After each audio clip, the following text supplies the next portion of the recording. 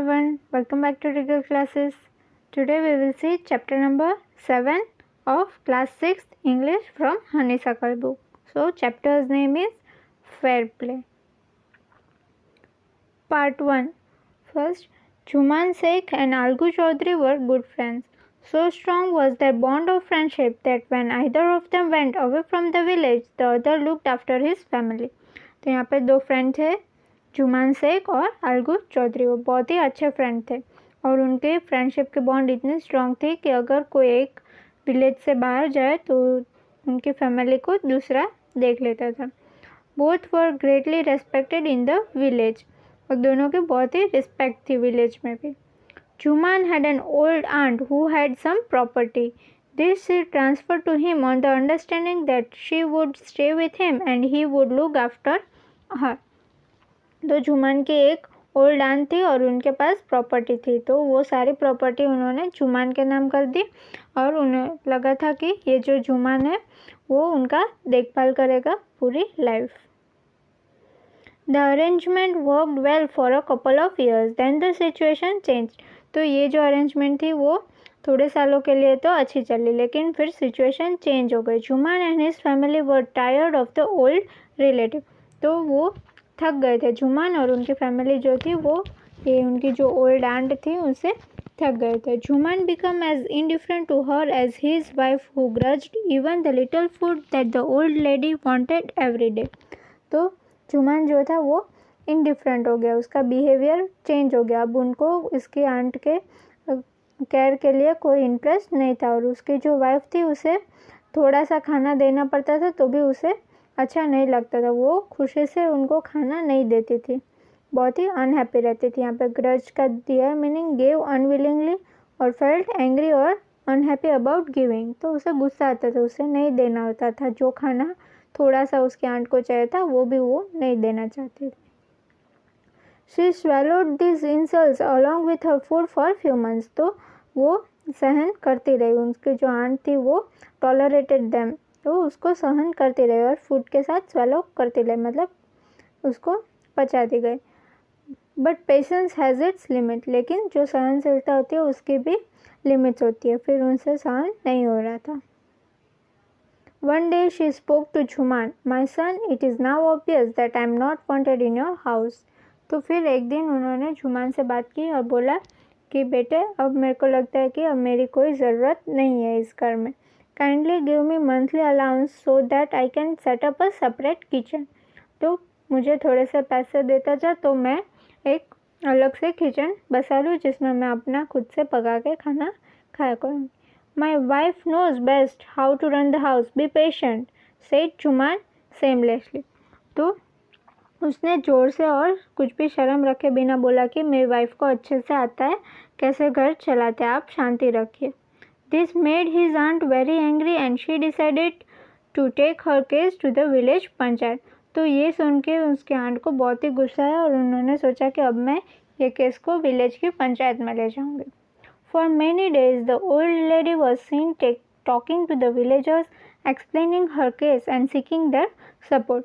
तो बहुत दिनों तक ये जो ओल्ड लेडी थी, मतलब जुमान की जो आंट थी, वो सारे विलेजर्स को अपना केस बताते थे और उससे सपोर्ट मांगना चाहती थी.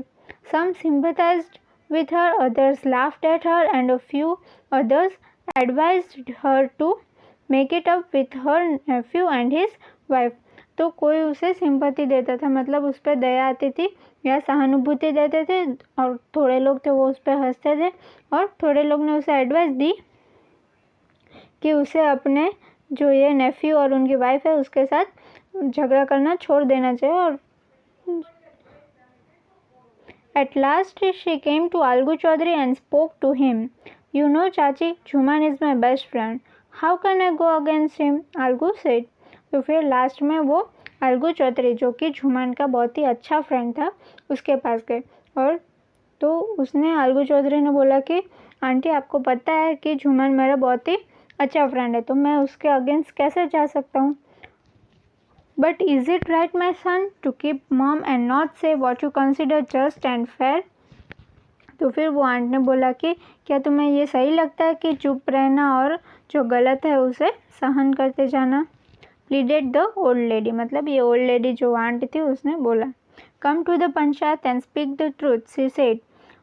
फिर उसके आंट ने बोला कि पंचायत में आओ और जो सच है वो बता। Algu didn't reply but her words keep ringing in his years. तो अलगू ने कुछ जवाब नहीं दिया, लेकिन उसके जो ये आंट के वर्ड्स थे वो उसके दिमाग में बैठ गए थे। The panchayat was held the same evening under an old banyan tree. तो उसी शाम पंचायत बुलाई गई थी, एक ओल्ड बनियान ट्री था वहाँ पे। Jumman stood up and said the voice of the panch is the voice of God. तो झुमान खड़ा होकर बोला कि जो पंच का वॉइस है वो गॉड का वॉइस है। Let my aunt nominate the head panch, I will abide by her decision. उसने बोला कि मेरी आंट जिसे सजेस्ट करेगी, जिसका नाम बोलेगी, वही हेड ऑफ द पंच होगा और मैं उसके साथ एक्सेप्ट कर लूँगा, उनका जो भी डिसीजन होगा वो मैं एक्सेप्ट करूँगा। The panch knows neither friend nor enemy, what do you say to Algu Chaudhary. तो द ओल्ड लेडी अनाउंस। तो उसकी जो ओल्ड आंट थी उसने बोला कि पंच जो होता है उसे फ्रेंड और एनिमी, मतलब कोई दोस्त कोई दुश्मन नहीं होता है। तो तेरा क्या कहना है अलगू चौधरी के बारे में। Fine, replied Jumman hiding his joy over this unexpected piece of luck. तो जब उसका अलगू चौधरी का नाम लिया तो वो खुश हो गया कि वो तो मेरा फ्रेंड है, तो मेरा ऑपोजिट नहीं जाएगा। चाची, you are aware of my friendship with Jumman, said Algu. तो अलगू ने बोला कि चाची आपको मेरी फ्रेंडशिप के बारे में पता है झुमान के साथ। I know that, replied the aunt, but I also know that you will not kill your conscience for the sake of friendship. तो आंट ने बोला कि हाँ मुझे पता है, लेकिन मुझे ये भी पता है कि तुम अपने कॉन्साइंस, मतलब जो सच है, अपनी जो आत्मा बोल रही है, जो सच है वो तुम उसे कुर्बान नहीं करोगे फ्रेंडशिप के खातिर। God lives in the heart of the panch and his voice is the voice of God. तो जो पंच होते हैं उसके हार्ट में गॉड होते हैं और उनका जो वॉइस होता है वो गॉड का वॉइस होता है। And the old lady explained her case. फिर उसने अपना केस जो है पूरा बताया। Juman and Algu, you and I are old friends. Your aunt is as dear to me as you. Now I am a punch. तो जुमान अलगू ने बोला कि जुमान तुम और मैं एक अच्छे दोस्त हैं और तेरी जो आंट है वो मैं जितना तुझे चाहता हूँ उतना ही मैं तेरी आंट को भी चाहता हूँ और अब मैं पंच हूँ। You and your aunt are equal before me. तुम और तुम्हारी जो आंट है वो दोनों इक्वल हो मेरी नज़रों में। व्हाट यू हैव टू से इन योर डिफेंस, तुम कुछ बोलना चाहते हो क्या अपने डिफेंस में। तो जुमान बोलता है 3 years ago my aunt transferred her property to me. I promised to support her as long as she lived. तो 3 साल पहले मेरी आंट ने सारी प्रॉपर्टी मेरे नाम की थी और मैंने प्रॉमिस किया था उनको सपोर्ट करने के लिए जब तक वो जिंदा रहती। I have done all I could. मैंने सब कुछ किया जो मैं कर सकता था। There have been a couple of quarrels between my wife and her, but I can't stop it. तो मेरी वाइफ और आंटी के बीच में झगड़ा होता है जिसे मैं अब स्टॉप नहीं कर सकता, बंद नहीं कर सकता। Now my aunt is claiming a monthly allowance from me. अब मेरी आंट मुझसे मंथली जो खर्चा होता है वो मांग रही है। This is not possible. That's all I have to say. और ये मेरे लिए पॉसिबल नहीं है, मैं खाली इतना ही बोलना चाहता हूँ। Juman was cross-examined by Algu and others. Then Algu announced, "We have gone into the matter carefully.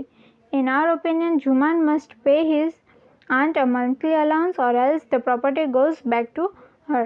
तो जुमान को सारे क्वेश्चन पूछने के बाद, क्रॉस एग्जामिन करने के बाद अलगू ने अनाउंस किया कि हमने मैटर को केयरफुली देखा है और हमारे ओपिनियन में जुमान को मंथली अलाउंसेस देने चाहिए। अगर वो नहीं दे सकता तो उसे जो प्रॉपर्टी सारी आंट ने दी थी वो वापस करनी पड़ेगी। Now the 2 friends were seldom seen together. अब जो दोनों फ्रेंड्स थे वो कभी कभी ही साथ में दिखते थे। सेल्डम मतलब रेयरली, कभी कभी। The bond of friendship between them was broken. In fact Jumman was Algu's enemy and wanted his revenge. तो उनकी जो फ्रेंडशिप थी वो टूट गई थी और अब जो दोनों थे दुश्मन हो गए थे और जुमान था उसे रिवेंज लेना था। Part 3. Days passed and as ill luck would have it, Algu Chaudhary found himself in a tight spot. तो थोड़े दिनों बाद जो आल्गू था वो भी एक टाइट सिचुएशन, डिफ़िकल्ट सिचुएशन में आ गया था उसके बैड लक की वजह से। One of his fine pair of bullocks died and he sold the other two Samjhu Sahu. तो उनका जो बुलॉक की पैर थी उसमें से एक मर गया था तो दूसरा उसने बेच दिया। और cart driver of the village, ये जो समझू साहू था वो कार्ट ड्राइवर था, उसे उसने बेच दिया था। The understanding was that Sahu would pay the price of the bullock in a month time. तो दोनों के बीच में अंडरस्टैंडिंग हुई थी कि एक मंथ के बीच में जो बुलॉक की प्राइस है वो उसे देनी है। It so happened that the bullock died with in a month. तो जो बुलॉक उसने बेचा था वो एक महीने के अंदर मर गया। Several months after the bullock's death, Algu reminded Sahu of the money he hadn't yet paid.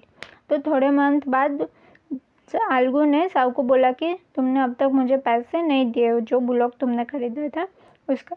Sahu got angered, I can't pay you penny for the wretched beast you sold me. Sahu ने बोला गुस्से में कि मैं अभी तुम्हें उसके लिए एक पेनी भी नहीं दे सकता हूँ। वो जो बीस्ट मतलब कि जो बैड लक लाता है वैसे वाले तुमने मुझे बेची थी। He brought us nothing but ruin. उससे हमें कुछ फ़ायदा नहीं हुआ लेकिन हमारा ज़्यादातर नुकसान ही हुआ। I have a bullock, use it for a month and then return it to me. तो उसने बोला कि मेरे पास बुलॉक है, वो तुम एक मंथ के लिए यूज़ कर लो और फिर मुझे वापस दे देना. No money for the dead bullock, he said angrily. उसने बोला कि डेड बुलॉक के लिए कोई पैसे नहीं मिलेंगे. गुस्से में इसने ये बोला था. Algu decided to refer the case to the Panchayat. For a second time in a few months, preparations for holding the Panchayat were made and both the parties started meeting people seeking their support. तो फिर से पंचायत हुई थी और दोनों लोग अपने अपने जो प्रॉब्लम थी वो सबको बता रहे थे और पीपल जो लोग होते हैं उनको अपनी तरफ करने में लग गए थे, सपोर्ट करने के लिए. The panchayat was held under the old banyan tree. तो जैसे पहले हुआ था वैसे ही फिर से ओल्ड बनियन ट्री के नीचे हुआ था. Algu stood up and said the voice of the panch is the voice of the God. तो अलगू ने बोला कि जो पंच का वॉइस है वही गॉड का वॉइस है. Let Sahu nominate the head panch, I will abide by his decision. तो साहू जिसे नॉमिनेट करेगा उसका जो डिसीजन होगा वही मेरा डिसीजन होगा. Sahu saw his chance and propose the name of Jumman. तो साहू को पता था कि ये दोनों झुमान और आल्गू अब दोनों एनिमीज है तो उसने चांस देख के झुमान का नाम बोल दिया. आल्गूज हार्ट सैंक एंड ही टर्न्ड पेल. तो आल्गू जो था वो दुखी हो गया था, उसे लगा कि अब ये जो झुमान है वो ज़रूर मेरे से बदला लेगा. But what could he do? The moment Juman became head punch, he realized his responsibility as a judge and the dignity of his office.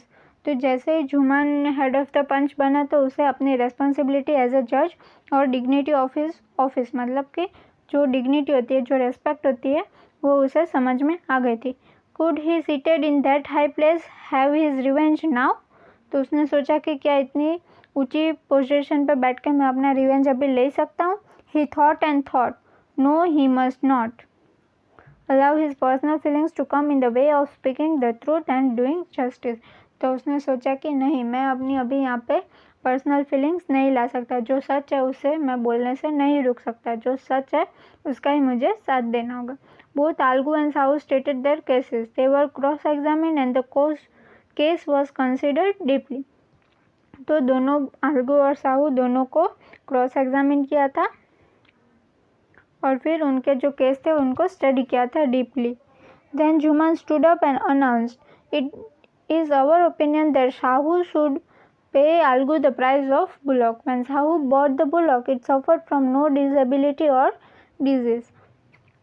तो जुमान ने खड़े होकर बोला कि साहू को पैसे देने ही पड़ेंगे क्योंकि जब आल्गू ने बेचे थे तब बुलॉक को ना कोई डिजीज़ थी या कोई डिसेबिलिटी नहीं थी. The death of Bullock was unfortunate, but Algu cannot be blamed for it. तो वो तो नसीब की बात थी, खराब नसीब थी, इसलिए बुलॉक की डेथ हो गई. उसमें आल्गू का कोई फॉल्ट नहीं है, उसको ब्लेम नहीं कर सकते. Algu could not contain his feelings. He stood up and said loudly over and over again, "Victory to the Panchayat." तो आल्गू बहुत ही खुश हो गया था और खड़े होकर जोर से बोलने लगा, विक्ट्री टू द पंचायत, मतलब पंचायत की हमेशा जीत हो गई। This is justice, God lives in the voice of the punch. तो ये जस्टिस है और गॉड जो है वो पंच के वॉइस में रहते हैं। Soon after, Juman came to Algu, embraced him and said, since the last panchayat, I had become your enemy. Today I realized what is meant to be a punch. फिर जैसे ये पंच खत्म हुआ तो जुमान आलगू के पास गया और वो बोलने लगा कि लास्ट पंचायत जब हुई थी तब से मैं तुम्हारा एनिमी बन गया था, लेकिन आज मुझे पता चला कि पंच में होना क्या होता है। Punch has no friend not enemy. Punch जो होता है उसका कोई दोस्त नहीं होता, कोई दुश्मन नहीं होता। ही नोज ओनली जस्टिस, उसे खाली जस्टिस ही पता होती है। Let no one deviate from the path of justice and truth for friendship और एनिमिटी।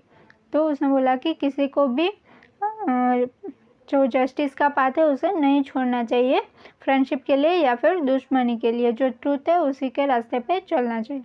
Algu embraced his friend and wept and his tears washed away all the dirt of misunderstanding between them। तो फिर अलगू ने भी, उसके आँख में से टीयर्स आ गए थे और फिर उसकी वजह से जो सारी मिसअंडरस्टैंडिंग थी वो ख़त्म हो गई थी दोनों के बीच में। Thank you.